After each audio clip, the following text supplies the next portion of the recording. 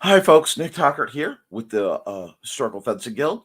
I apologize for the quality of my voice. My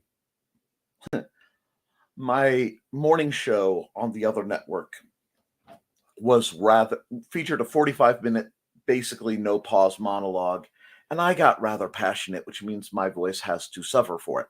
Um, if you want motivation, you can find it there. But before we get any further, I want to put a huge shout out to the folks who make everything possible. I have to fix the typo in the thing, but they're writing across the bottom. Don Dulas, Off in the Woods, Frog G, Ronald Rain, Bladed Thesis, don't worry about the spelling, Brian K. Morris, Cindy Cap, and Steve Augusto. And then Don Dulas gets typed again because I have to fix that. And Angelina Vicara Link or Linke. I'm not sure if it's Link or Linke. But you guys make it possible for me to give the services that I do to the people who come out to provide educational programs for libraries and other situations, as well as to be able to afford to purchase and review products so that I can buy it so you don't have to. I will, of course, be holding out as long as I can with my voice as it is. Uh, we are also made possible, of course, by sales of, one moment please, because I was working on other projects. The Simple Sword, the Fighting Axe, and the Simple Spear, all part of your ongoing series of Western martial arts manuals designed to help you go from having never handled the sword to teaching the art to others. And of course, made possible by our good friends. My phone's trying to slide off somewhere. No, not my good friends, the phone. The phone makes things possible, but not that way. No, our good friends over at IndieCD.org, yes, the independent creator directory, your one stop shop for the best and the brightest authors, artists, musicians, and other creatives. And apparently, oh, my banners were glitching for a moment because, of course, they were. So, IndieCD.org, there it is. If you use the link podcast1, you can pay your one time fee half off. Pay your one-time lifetime fee to join up and get it at half off. I'm sorry, my throat is being very challenging. Another way to support the channel, if you don't want to become a Patreon member, is if you happen to buy things from woodenswords.com, please use this link. It's in the description.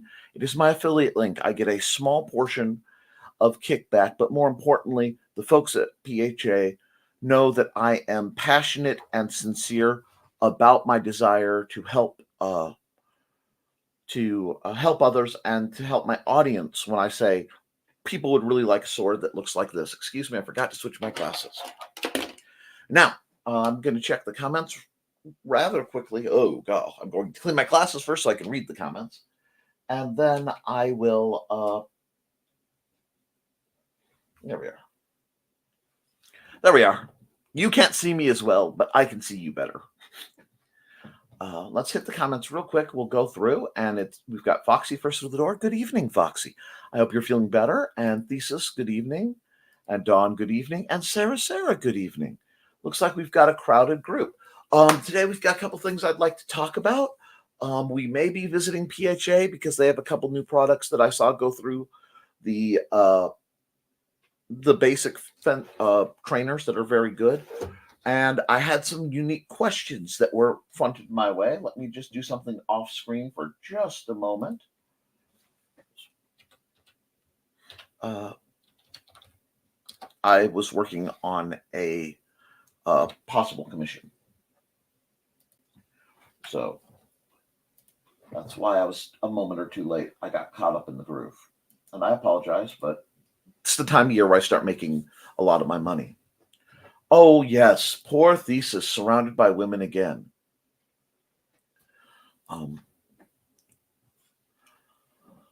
I had a fascinating conversation. Let me drop that other banner. Where people were asking me among what manuals have you studied bit? But there was a commentary on why Fabris is not more popular as a stance. And a couple points were discussed. Now, the thing about Fabris, before we go into it, I need to kind of explain the primary stance in Fabris, which is a little odd. If you can take the image of a gentleman having stepped forward into a low bow, and when they're almost horizontal, bringing their arms forward. And from this very low bow, but fairly upright lower body, you have the basics of the Fabris stance. Now, there were a couple reasons why that isn't. You don't see that in modern fencing, and you certainly don't see it in the point-based fencing. The part of it is why they did that. The theory of the Fabris bow is very much like the theory of the old days where firearms would be taught to be fired one-handed, extended. The idea being, in this case, you're making as narrow a target as possible. Which there's some interest to that, but we'll get back to that later if anyone has a question. However, Fabris's theory was people die from chest and gut wounds far more than, rapier strikes to the head or neck because by pulling this up, your shoulders are closing at your neck, so neck wounds are basically removed. And it makes sense theoretically as it extends your reach. It puts you at an awkward angle to someone who isn't fighting that low, and it does have some advantages. However, the disadvantages are devastating, and they are basically twofold. Well, more than twofold, but we'll start with the big two. By being presented that way, you are far more likely to take a non-life-threatening hit or a non-mortal wound.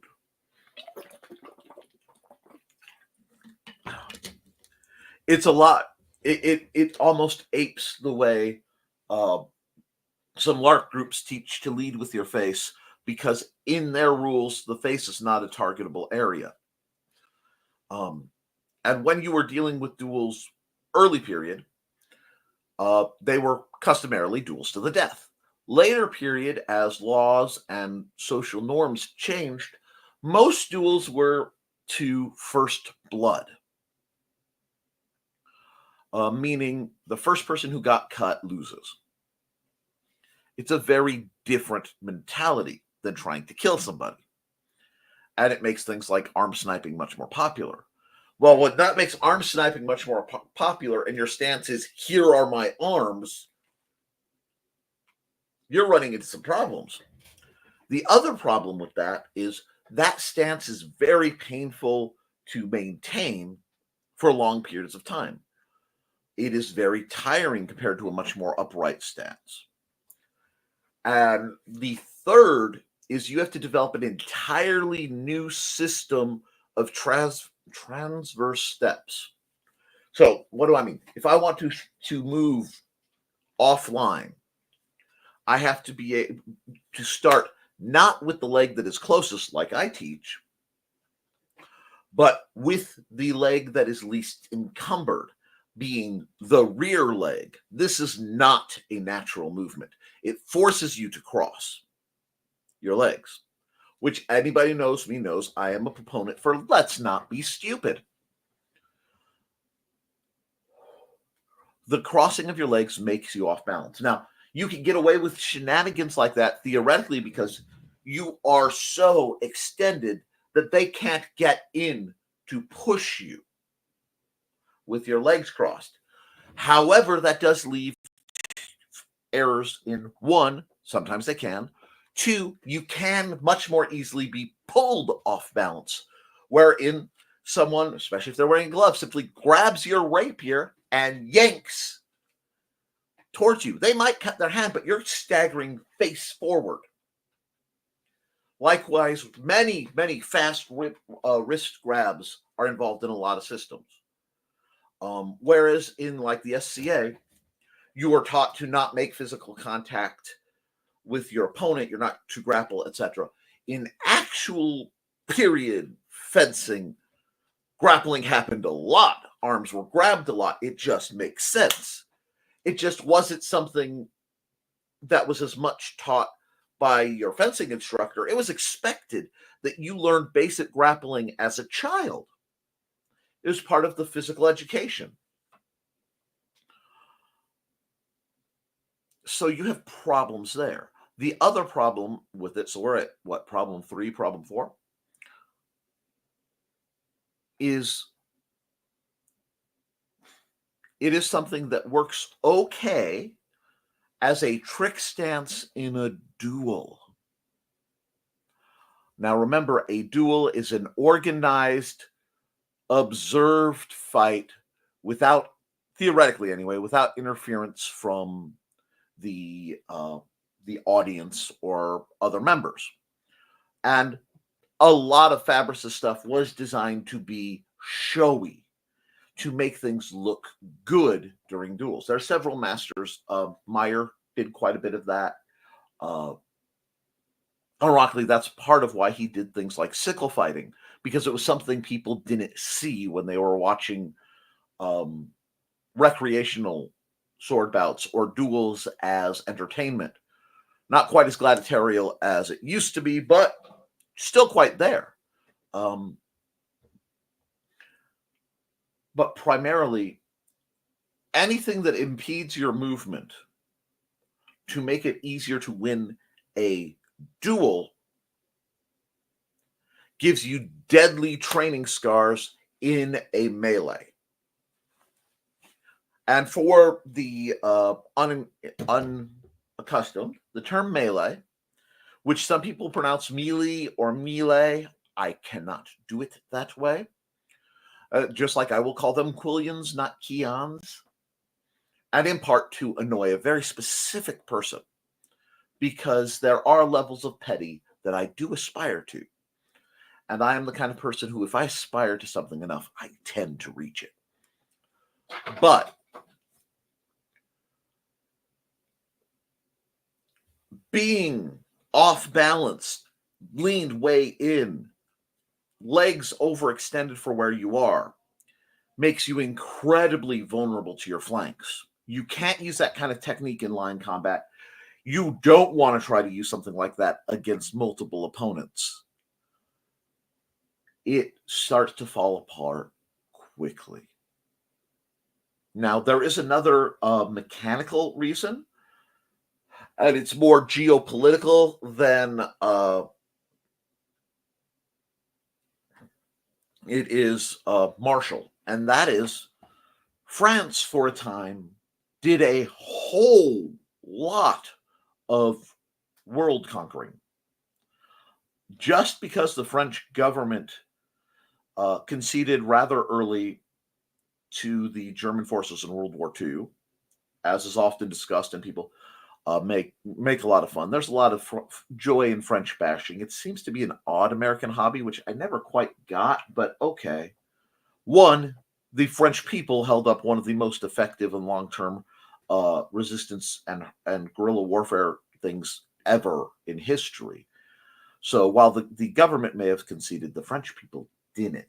And secondly, if you look at the number of wars fought versus number of wars won, historically for France, you will find they were, last time I checked, I want to say 124 to 4. I mean, that's some hefty doing. So France was and continues to be a major force in the world, especially at that time, to the point that to this day, the terms that are taught when instructing collegiate fencing are from the French, not the Italian, not the German, not my beloved Spanish, certainly not Silver's English. It says a lot. And though at a glance, and it's a shallow glance, French, German, and Italian fencing have a lot in common, politically for the long period of time, France was the bigger player of the three.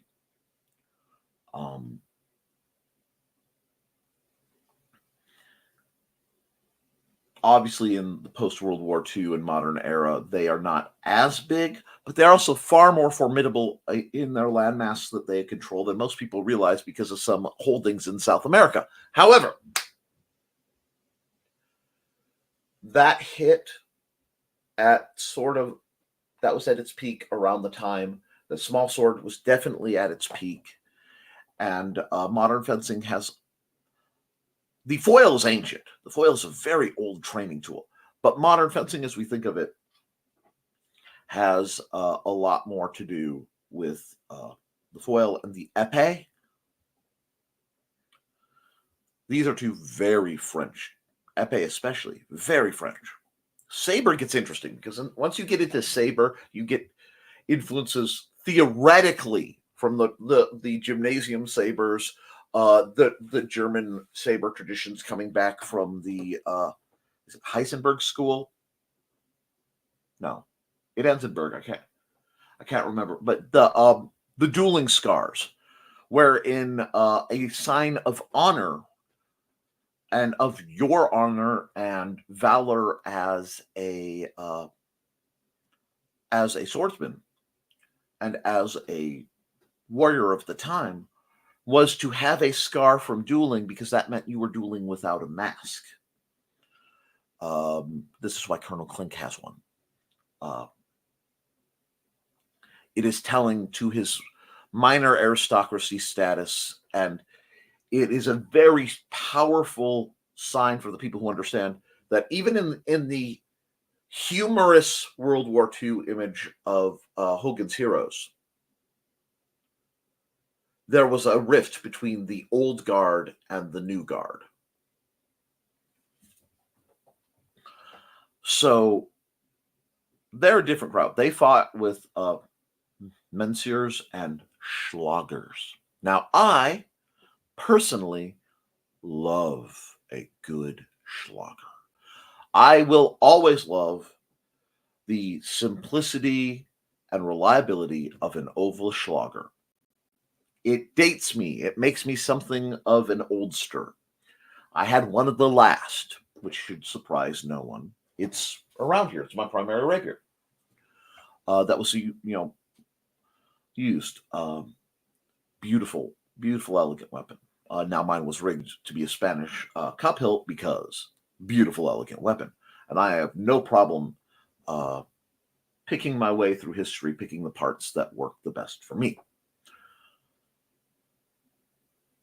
But to digress all the way back to Fabris, the style just was too much of a trick style and not as grounded. You find things like Agrippa much more grounding. You find things like, obviously, Gigante. We are pro Gigante and Gigante accessories around these parts. And then, the antithesis of a lot of the fencing. We'll skip the Thibault for a moment because Lord knows I love me some Spanish as well. And the ancient art of much more side sword and getting back to the arming sword as a true and noble weapon that George Silver was so proud of. I do recommend, if you wish to have a little bit of fun, reading George Silver's Paradoxes of Defense has several openings. It has opening letters to people, as is custom. And part of the opening letter in many of these manuals was to throw what my generation would call throw shade on the other styles. And George Silver, for his remarkable ego, threw a tremendous amount of shade on anyone who was wielding a rapier, especially the Spanish, who he hated with a passion. I found it kind of delightful to see that. Wow, this guy really was cheesed. And it's interesting if you go in to study these for the manuals and the masters that you have more access to, where you can read more of their written thoughts, not like I.33, which is just frames. You get to find out more about them. Like Talhofer had some interesting opinions on a lot of things. Right or wrong, but he had interesting opinions. And the later masters are very eloquent. Even modern masters like Guy Windsor. The books are very eloquent, and many of them exist to open up with they are clubbing away at their style that they deem inferior. I find that delightful. I've been alleged of engaging in a little with that in my opening, but my book more, because as somebody who writes manuals, especially The Simple Sword, my book is not necessarily bashing the. Sorry, I need to catch something that is sliding off the front of the back of my desk. One moment. Anyway, it's not bashing a particular master. It is bashing the complexity and verbose language used in a lot of historical treatises that people use to gatekeep others from learning about how to fight, and the specialization that people get. Oh, this is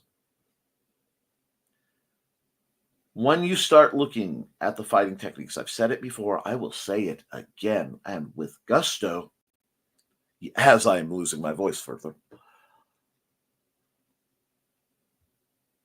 If you look at the physical properties of a samurai remnant in the Meiji era to a Qing dynasty royal guard to a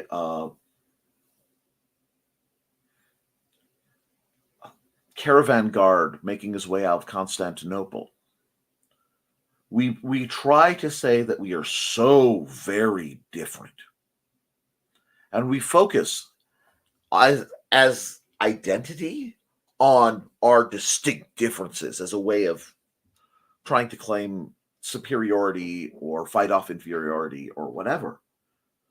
But when you look at the biomechanics and ergonomics behind sword fighting techniques and the gear that comes with it, you find the same weapons appear more and more frequently.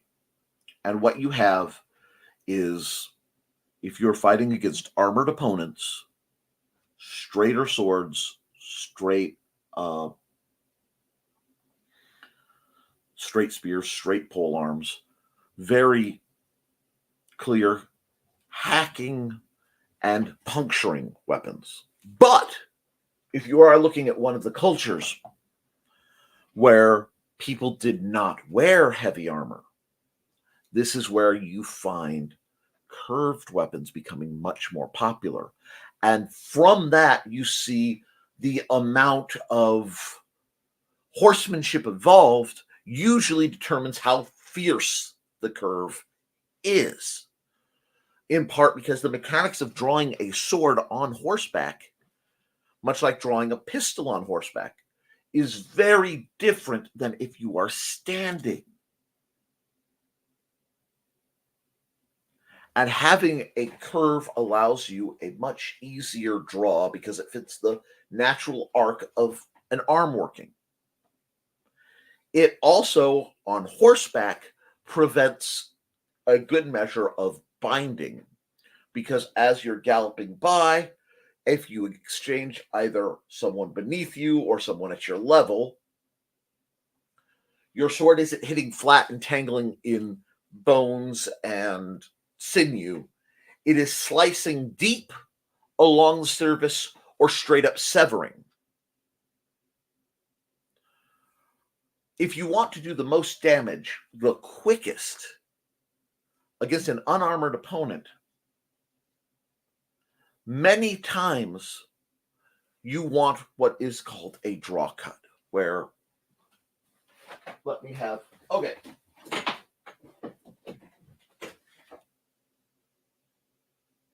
Sorry, I thought I saw motion. Okay, nope. Okay. I can hack my arm. Bam. Right? This is just a concussive blow. That's what I refer to them in my books. Monk. That is a classic way to hit somebody with an edged weapon. If it is a heavy enough, brutal enough weapon, but it's that is one of the ways most likely to damage the edge.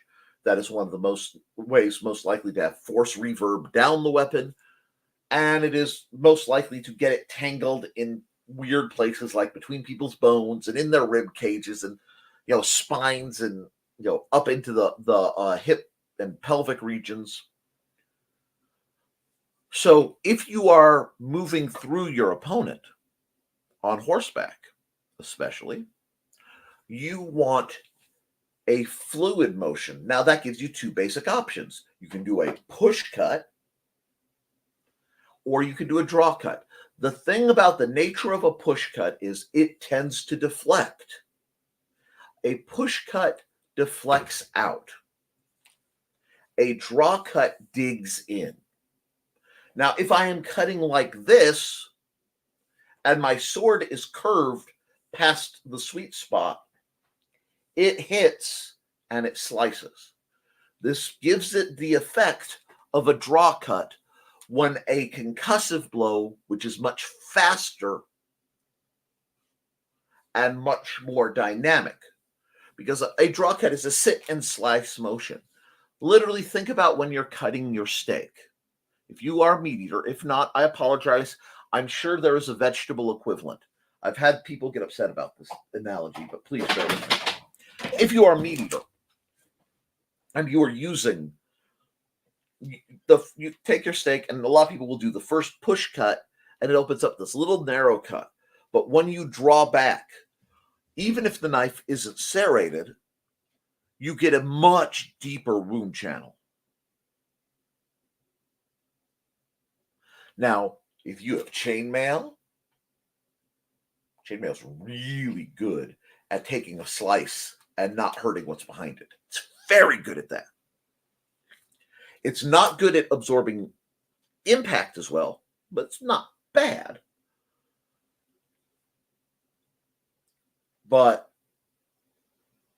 And it is its weakest point is a thrust that can open up the links, which is why rondel daggers are basically spikes. There are so many spike-like implements and literal spikes that knights would just kind of get in, and they need that power strike.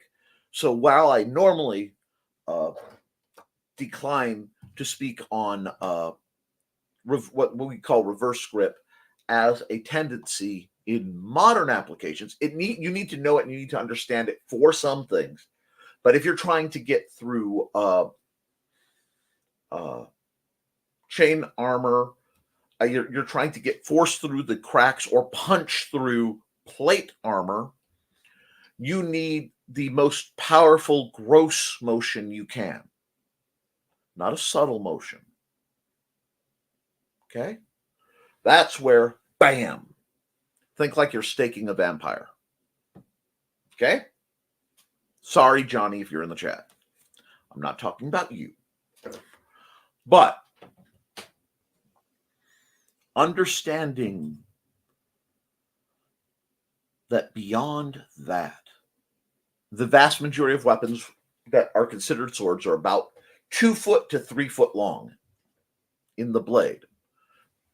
The blade is rarely ever longer than the midline to the fingertips, because that's the easiest to draw and most comfortable to deal if you have to do a low guard. You look at your estocks, your rapiers, you're going to see this line where 36 inches for a long thrusting weapon is very popular. Concussive weapons tend to be marginally shorter and, again, maybe curved. That's where you get into your different sabers. My beef with Olympic saber right now is the manufacturing techniques for safety in saber has made the weapon so ungodly flexible that it is almost as much a whip style where you are arc snapping a tip around, which you can do. Trelena was proficient with that with her 42-inch Hanwei. It was flexy enough that she could go whip and actually put it around guards. But that is a different kind of weapon than what a saber is supposed to be. So I am personally a proponent that sabers should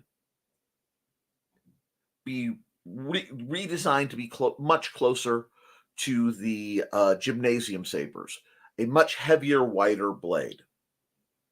It can still be flexible for safety on the thrust, obviously, and better armor against concussive blows would be required, obviously.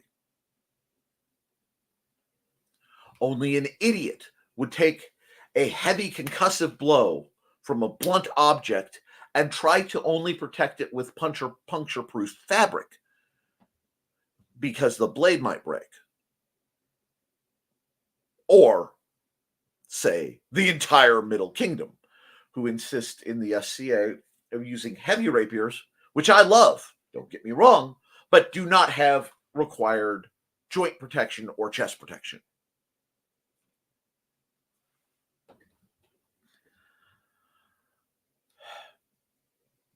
Am I salty on that subject? Absolutely.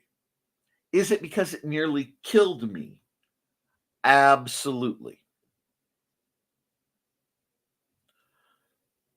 We need to look at these things and we need to correct them from accuracy to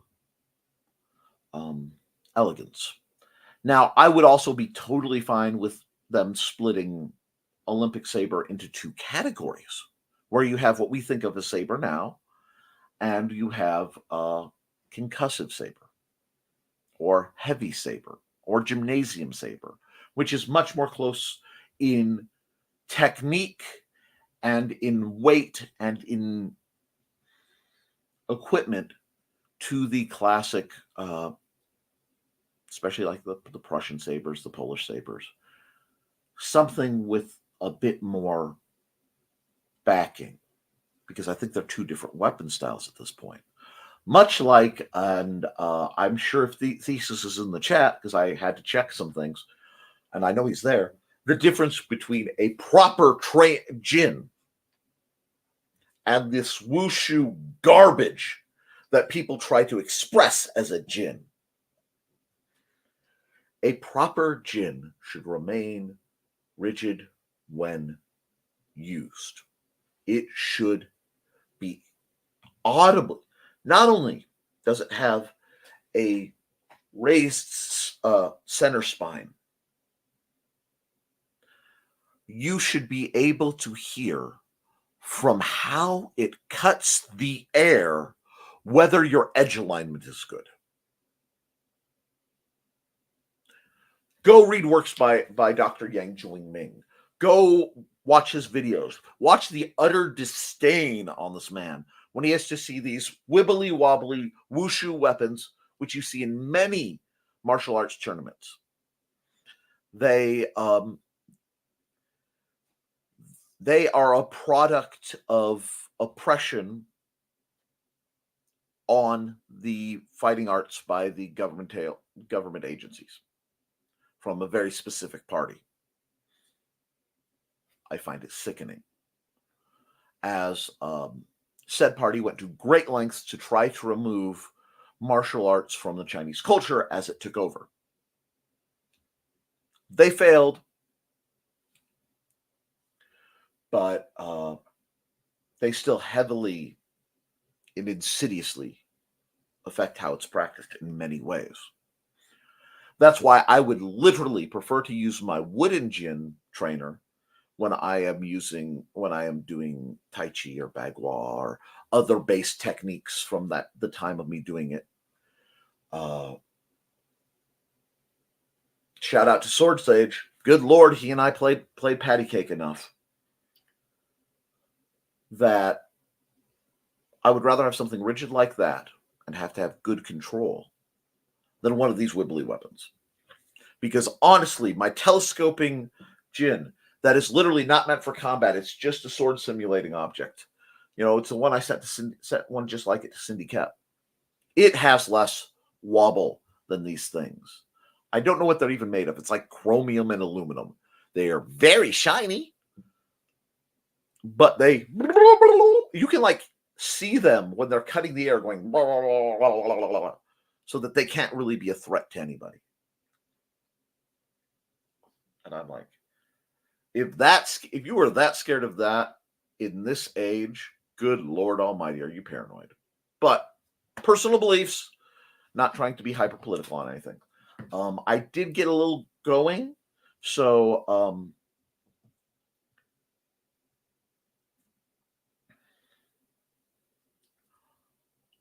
wow. Wow. Okay, I'm sorry. I have to rewind. Yes, terrible. Relating to thesis being surrounded. Hey, Blade, Sarah, and greetings and hello. I hope you're having a good night. Hey, Nick, if I were to send you a sample of my Apvillian story, do you think you could advise me a little? Certainly. Spanish is just discount Portuguese. Wow.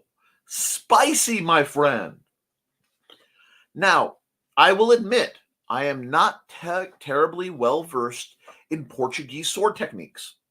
So if you have access or even the names of Portuguese sword masters that you would like me to review, I would be delighted to do a deep dive research on that subject. I am not being facetious. And I mean, hi, hey, very insensitive. Just saying. First up,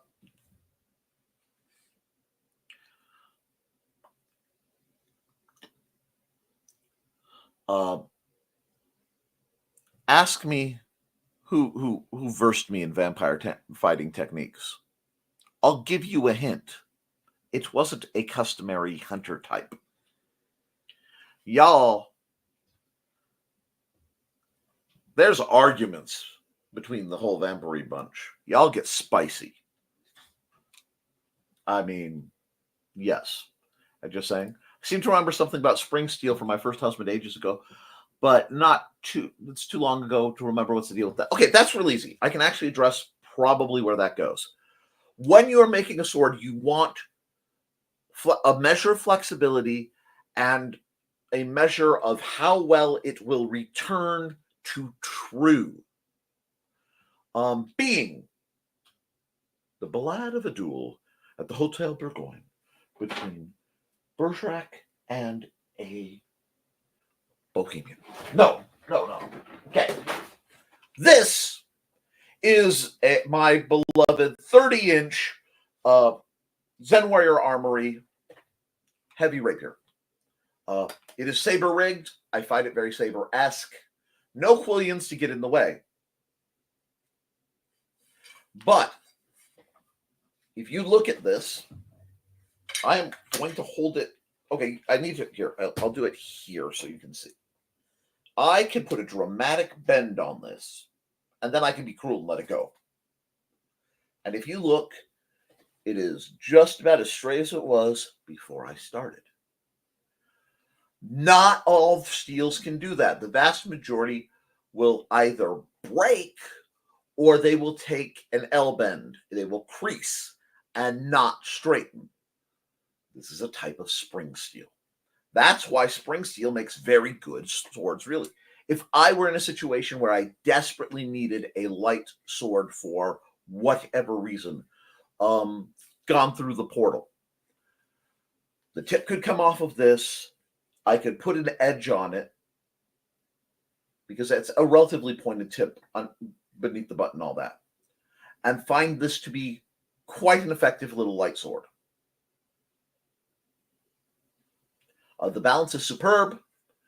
I have it very tip light without the rubber stopper and steel under it and all the tape and stuff. This, which needs to be redone like most of my rapier tips, would be nearly weightless to me. Very effective. And at 30 inches, it's just a hair's breadth short. But as I have some issues, it means that they would be just a little bit easier to draw. I accept that. 30 to 32, 34 is about perfect with the rapier. If I'm being slightly more concussive, 30 to 28, maybe 26 outside for a sword is better for me as a concussive sword. But that's tailoring it to fit me. I hope that answers some of that. Still looking for a Tang Dynasty Trainer Jin. Don't get me wrong, I love the Han Trainer, but Tang isn't represented either. True. I already have Thesis looking over the fight from the Asian side of things, but I'd really like to have another fighter looking over it too. I would love to see it, to see how you describe it, how your fight is arranged, especially the styles, because I have decades of melee experience across probably a dozen different groups' rules, as well as real life knife fighting and hand-to-hand combat experience, both trained and untrained.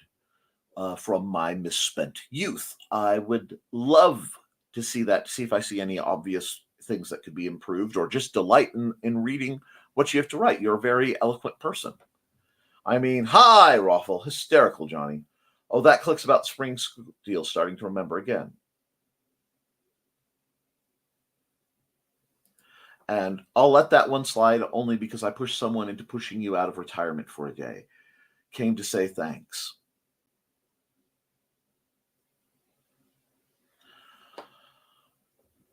On that topic, and I'm going to be cryptic to the rest of my audience, and that's okay. I am happy to do so. I am more than at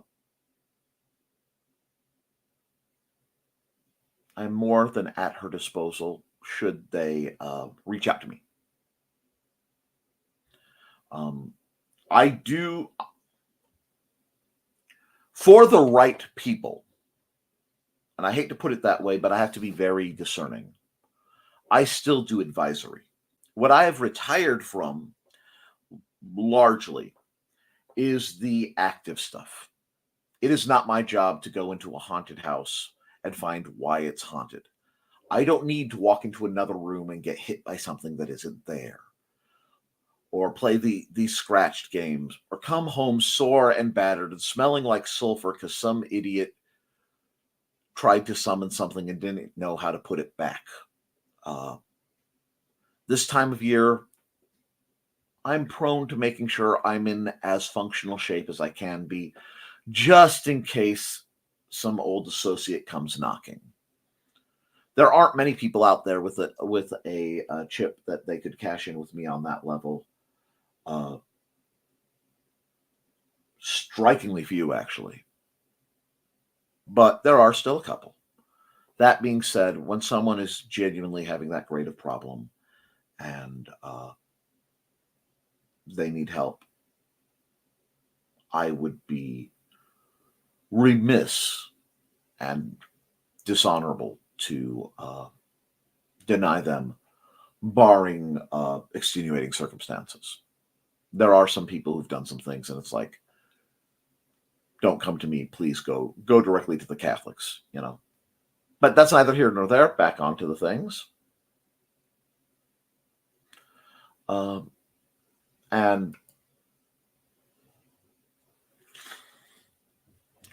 who knew that First Hubs was educated in something properly? Interesting. Well, First Hubs may, a broken clock is right twice a day. I know nothing about this gentleman other than he was obviously involved with you and foolish enough not to be. Therefore, this is not a very wise person. I'll put it that way, to be kind. I'm trying to be kind. Oh, and 1 second. I'm having some lag. Let's try this again. There we go. Kitty, it's my first real story, so be gentle. I wrote things in high school, but nothing like this. That's okay. I am always as gentle as I'm allowed to be, and I try to be as kind as possible, which means I won't ever sugarcoat something when I'm talking about it, but I will never insult or berate you either. That's just not how I roll. So I would be happy You have my email. You can send it as an attachment or send me the attachment to a Google Docs or whatever. This time of year seems to be stupid. Stupid seems to be in overdrive. In many, many ways. Worse on election years, but this is one of the time of the years where I may or may not be on the clock. I just don't tell people whether I am. And so many people messing with things they don't know what they're working with. I get with having to clean up the mess in crazy ways. Yeah. And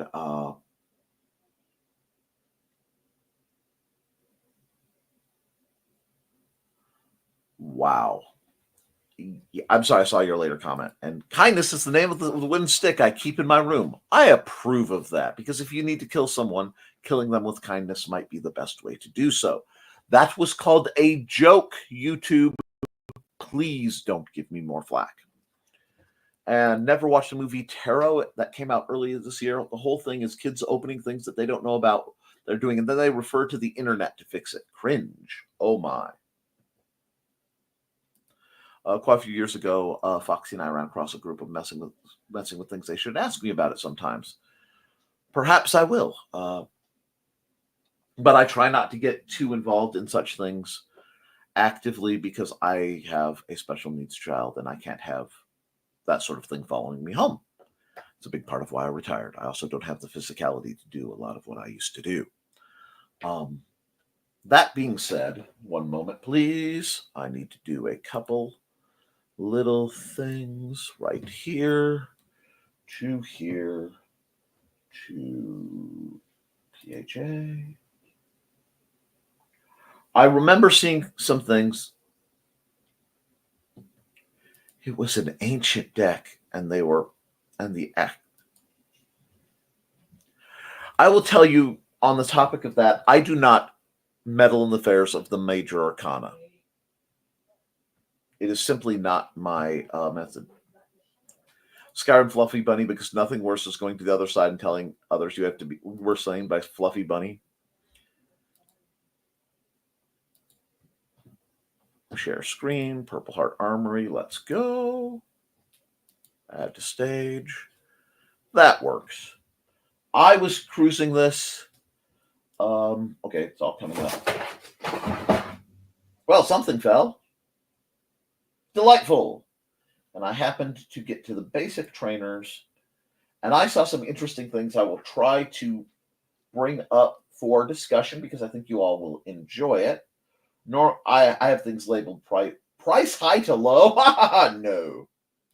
Let's see if newest is going to give me what I'm looking for. Apply filters. Do not pay $350 for a basic trainer. But let me see. I'm not sure what a Dutch Kluwang trainer is, but if you want to see something truly abhorrent, you might enjoy for the humor.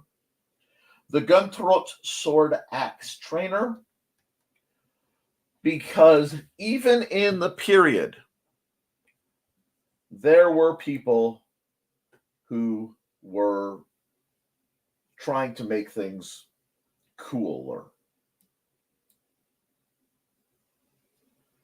And yes, it hurts my soul. Preach! Johnny, I love you, man. That was the least vampiric thing you've ever said, and I absolutely adore you for it. Now, here's an interesting weapon. I wanted to bring this up as well, because we're talking about parallel development. A Vietnamese Guam saber is somewhere between a dao and a katana. And if you think about the location of Vietnam, you will find this bizarre weapon. I'm not going to play that video because I don't trust it not to be copyright strikeable.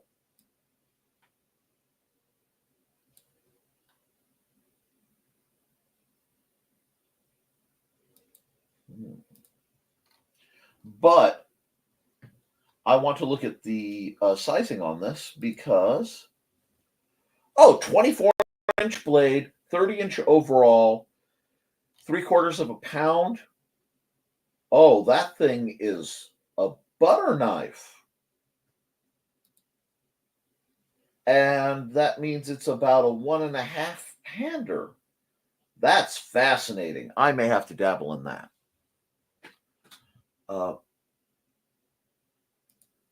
Todd from Todd Cutler made something like this. He showed it in his Weird Weapon series with Matt Easton. It's a delightful weapon. That's why I find it interesting. The Fire and Wind trainers for the truly intrigued. I am looking for the different Kriegmessers to come out because heaven help me, I do have some genetics that are interested. And the youth better trainer for people who wanted the youth longsword trainer, but can't, it is constantly out of stock. This may be a wonderful example. And they're going to say sword trainer for 6 to 10-year-old, but looking at the sizing, the blade is 26 inches long. It's 27 and a half. It's 37 inches long. This makes a delightful bastard sword trainer. And I like to see when weapons like this come up. I'm sure Thesis is going to kind of enjoy the fact that they do make a 7-branch sword trainer, but I'm not really into the more ceremonial weapons. That's never been my jam. Shockingly, I am rather practical. The M7 bayonet trainer is delightfully amusing to me. But if you dig around, it's like, okay, the Scottish Field Dirt Trainer. You look at something like this. This is going for $9.99 right now, plus shipping. But if you look at what its actual sizing is, it's a 13-inch blade, 18 overall. That is a very adequate if you were to make your own rigging parry dagger. And getting into the parry dagger field of things, I am very much going to be purchasing their parry daggers because they are truly intriguing as the cold steel parry daggers aren't available. My jam is usually raspberry. Only one man would dare raspberry us. Lone Star. Another geek reference, but yes. The Poniard, which I'm rather fond of. Dagger trainer with Nagel. I will probably be acquiring either 2 or 4 of these as my funds allow post the convention that's coming up. Because I need to review these, and if they work, I will be using these to outfit a large number of people very quickly. I'm also intrigued with the Hunting Messer and a few other trainers. I will say, once again, Foxy. Hello. Dear Foxy. Or people who love Foxy and want to get her something for her upcoming holidays. Because I think you guys do Christmas. But this is the Youth Gin. Its sizing is 30 inches overall, 23-inch blade, 1 pound weight. I believe that you would find this very comfortable to drill with Foxy if you don't already have one. And if you do, at the price of $22 plus shipping and handling, you could get that and be quite delightfully equipped. But I think I've gone through. Wow, that's just a triangle. Not sure the origin of that. I have to look at this 1 second.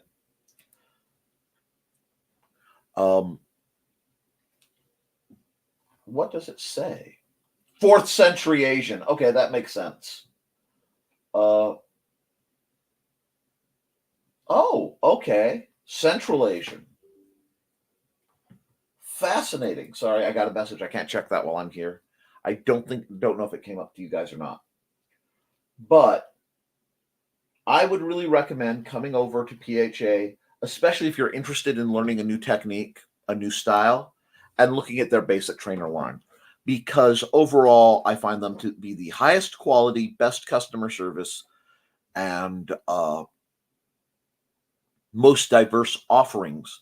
Plus, I support American-made companies.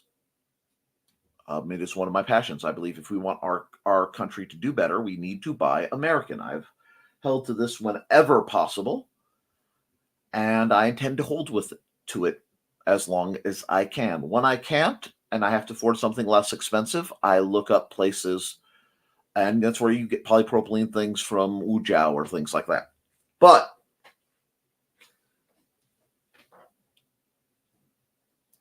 why I love folks we associate with, says Don. There was a conversation about Spaceballs a few minutes ago in the green room.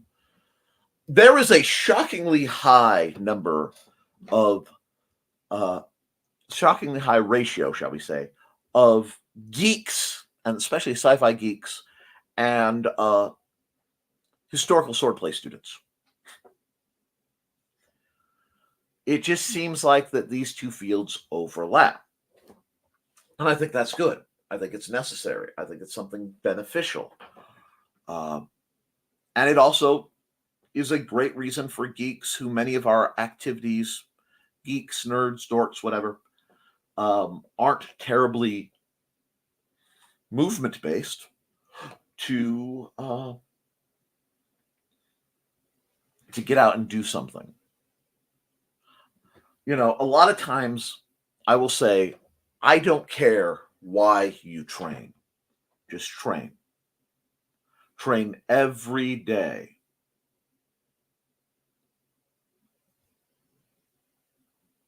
Oh, I know. We've had that conversation in depth thesis about Foxy and the swords, but enough of you smoke. Really? Okay. Huh. Sarah's not a sci-fi fan. We might be able to fix that. There may be some there, because remember, sci-fi is a genre, and within a genre there are always sorts. Sword and fantasy, I'm all for it. Okay, that we can work with, especially here. We're due for more of that. Now, I am having some very, very bad internet readings coming across my screen, and I'm getting a couple of the more spicy warnings. So give me just a moment to do that. And do that before we lose out. Okay, that's fine.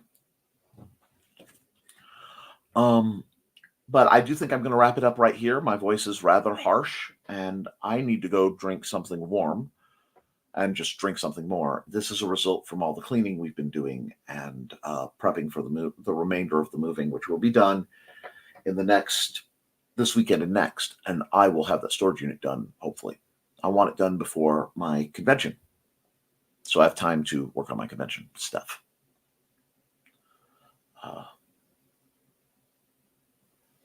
With that, guys, I'm going to say thank you all for coming out. If you're watching this in the review, I have given your love to Alec, and I will continue to do so. With that, guys, keep writing. Wrong sign up. Keep your guard up, eyes open, be kind to yourself and each other. And as always, thank you for supporting your local Swordmaster. If you want me to be able to keep making free content like this, and the other things are coming down as the temperatures drop and my opportunities come back, consider becoming a Patreon member. Little as $1 a month does worlds, both for my funds to do what I do and for my ego, actually. It can be very hard in the times between when I have large training groups to fight off considering dealing with my own disabilities, the imposter syndrome. And it's something I have to work against every day, all the time. So the support you give me keeps so much alive for me. And I am eternally grateful for you for doing that. With that, have a lovely night, folks. And I will see you next week for Never Mind the Furthermore, Monday at 10 a.m. on the Nicholas Tucker channel, and Wednesday at 10 a.m. and Friday at 10 a.m. Eastern. And we'll be right back here at 8 p.m. Eastern next Friday for another episode of the Historical Fencing Guild's live stream. If you have any questions, comments, please reach out. I love you all, and you should too. Toodles.